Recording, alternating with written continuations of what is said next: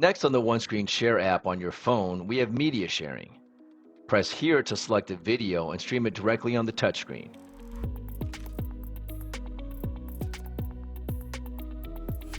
You can start and pause it at any time and change the volume. Press on stop to go back to either streaming another video or even audio by pressing here.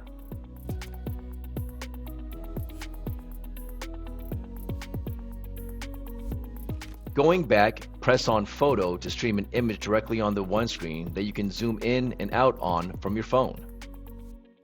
You can also zoom in and out from the touchscreen and even minimize it to multitask or share images from multiple phones at the same time. Going back, share documents to the touchscreen by pressing here.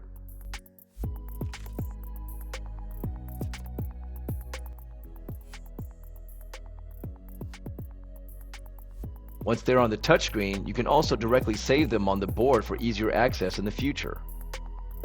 File sharing has never been easier.